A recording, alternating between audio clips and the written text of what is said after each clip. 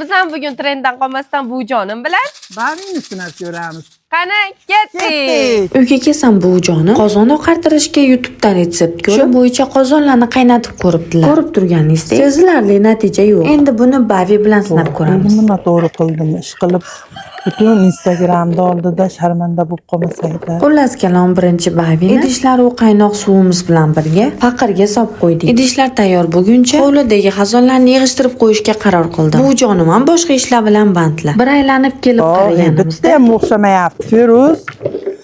shuncha urinishlarimiz zoya ketgandek ko'rindi. Buvijonim bo'lsa taslim bo'lmasdan qozonga o'tni balandroq yoq. Qaytadan urinib ko'ramiz dedilar. Shu tariqa belni boylab o'choqqa olov yoqdim. Buvijonim bo'lsa qaytadan suvni yangilab, Sen meni sharmanda qilmagin. Butun Instagramda oldida. qaynagan suvga idishni ham Bavini ham soldilar. Bir vaqt qarasam, Saxiy opoqijonim payshanbalik qilib to'g'rilarga osh berayotgan ekanlar. Hattoki opoqim to'g'rilari choyxona qilib o'tirgan vaqt siz hali ham choyxonaga chiqolmadingiz. Va nihoyat bir aylanib kelganimda idishlar ham ancha oqarib, toza bo'lib qolibdi.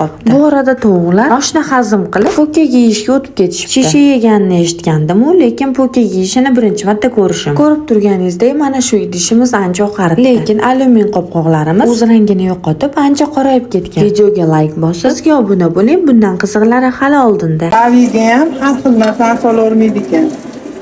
Lekin sochiq nimalar oqartirar ekan, bu naqalarni qoraytirib qo'yar ekan, azizlar.